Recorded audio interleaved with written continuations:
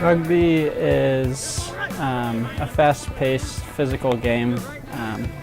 I think it combines the physicality and brutal hits of football with the creativity and endurance of soccer.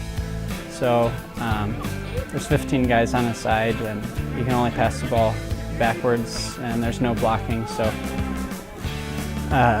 it takes a lot of knowledge and awareness of what the defense is doing in order to move the ball.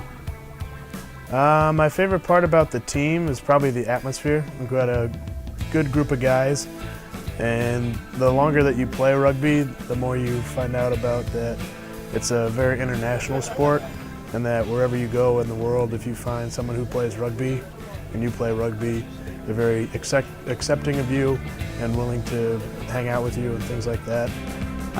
My favorite part is really the friends that you meet. We have a big group of guys, around 40 guys, that are consistently coming to practice. So you spend a lot of time with these guys and you become good friends with them. So I really like the bond that our team has.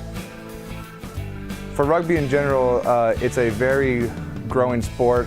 If you get into it now, I think that the community as a whole throughout the entire U.S. and throughout the world is really growing.